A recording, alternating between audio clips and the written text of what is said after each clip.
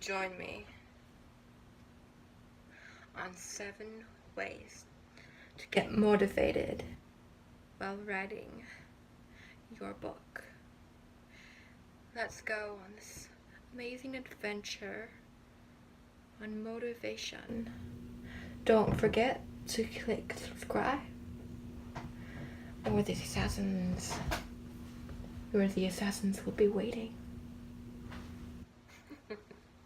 Yeah. So, what is motivation? How does it work? And what are 7 good ways to get motivated to write with your novel? Well, let's jump into it.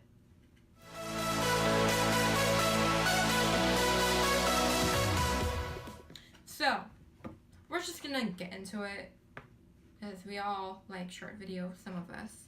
Sometimes it's nice to have long, but hey, it depends on the person. So number 1, I would just say, just sit down and write, guys.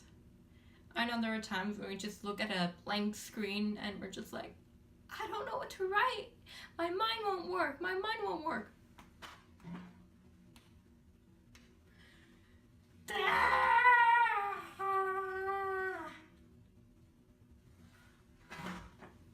Stop right there. No. You're okay. Don't freak out. Don't freak out. Stop it.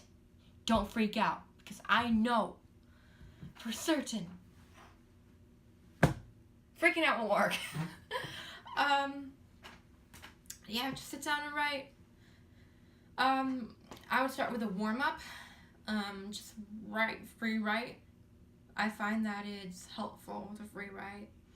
And if you just start writing and your juices in your mind just start processing more, and you get into the rhythm and into the story, and then you're like, okay, I'm good. And then you can be able to get to the actual book. Like, okay, you're good. You just have to transfer your mind into the actual scene and play it out, and you'll be okay.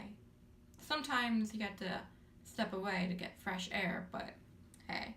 Number 2, find things that actually motivate you and that you actually inspire you.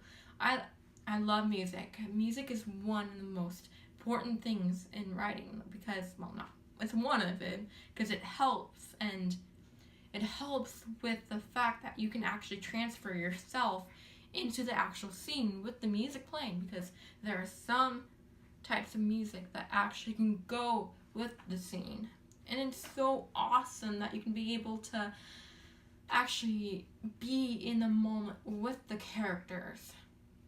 And so, also drawing. If any of you are artists out there or just like drawing or doodling, I find drawing the characters and their world is very helpful, along with world building. World building and character development is very crucial to the story anyway.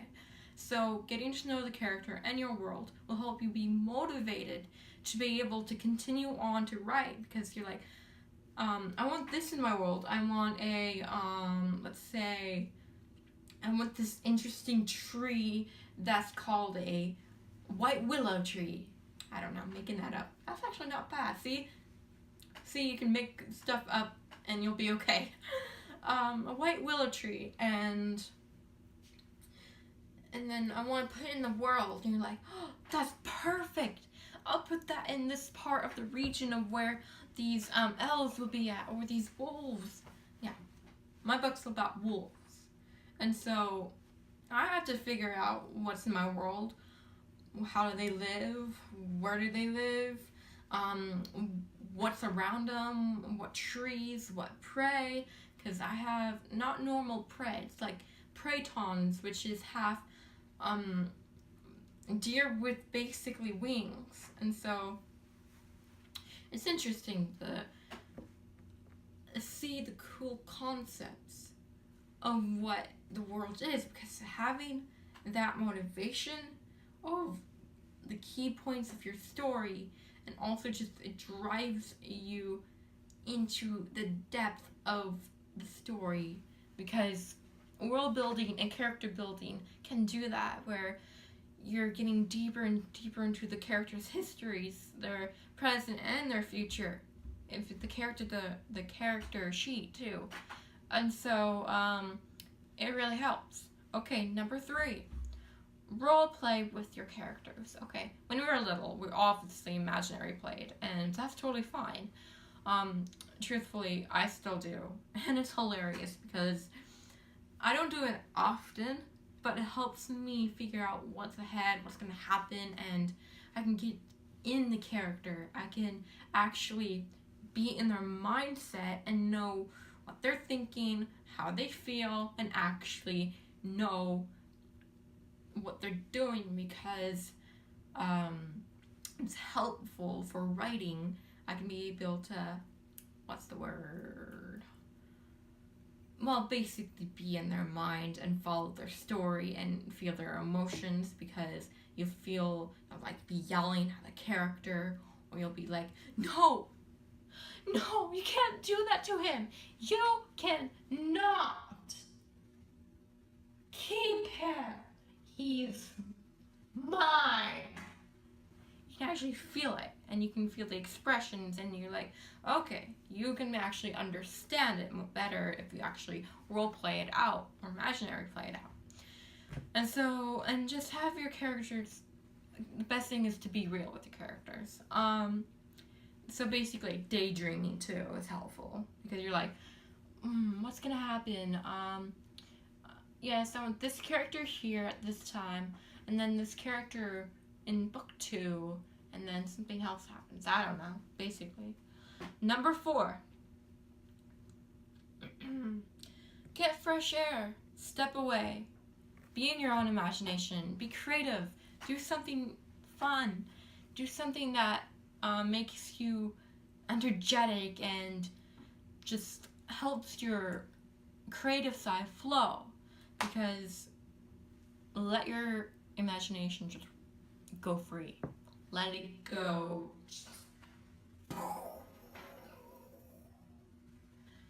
Free. Number 5. Read. I have books behind me. I don't read as often as I would like to. I mainly just watch TV. That's fine too, because there's creative stuff in it too.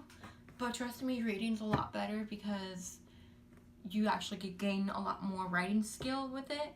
Reading can build writing skill and basically can give plenty of good ideas. I've gotten a lot of good ideas from Sarah Jane Maas's book and a few other books.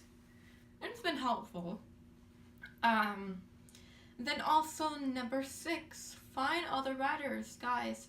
It's awesome to be able to find other writers, to be able to communicate with them, to see, hey, do you have any ideas for my book? Can you look over my book? Can we sit together and write and feel like, hey, what are some ideas that could work for this situation? And so you just two are working on ideas together and trying to help each other figure out what's happening, especially with world building, because you can ask yourself as many questions as you can think of, but other people, it's better to have 2 sets of eyes than 1. And so, yeah. Number 7, guys. Number 7, I'm safe for last, best for last. But they're all good though, 1 through 7. It's just 7 is important, because it's something that you want to confront. Failure. Failure is something that sometimes it can be scary. It can, people fear, and they feel like, oh, I could just fail at this. Look at them. Look at them. And they are so much better than I am. They already have but 5 books. Or even 1. And I'm just still here, just writing a manuscript, and I'm just like, oh, I'm so frustrated. Will I never get this done? And so, whoa. No. Hold your horses.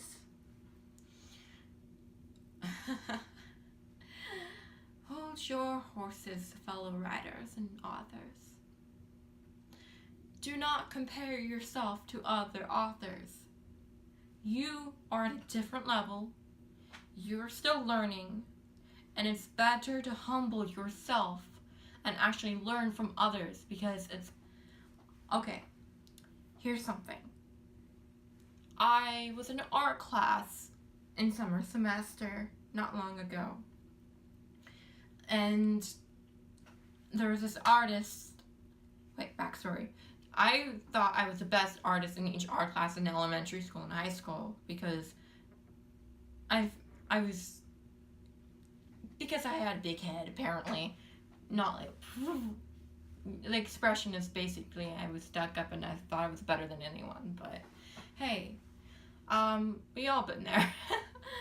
So basically during college, because you get these people from different places that are actually really, really good, and then you combine them in one class, and some of them are a little higher than you, maybe a little lower, but you're not competing against other people. Come on, guys. You are competing against yourself, your older self, to be a better you. And so basically, you want to confront your past self, to say, hey, okay, what can I learn from that to continue on? And, will you be quiet, cat?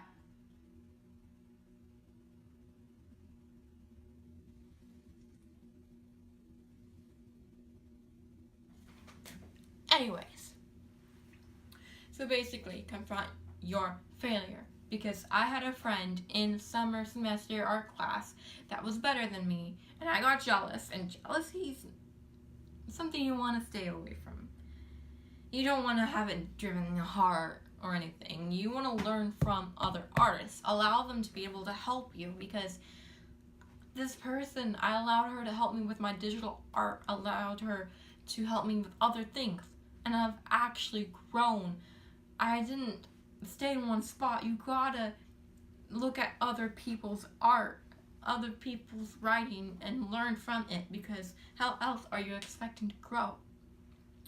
And so that's all 7 motivational tips from KJ. Don't forget to hit the subscribe button. I would love the support, and don't forget to like and comment below what you think,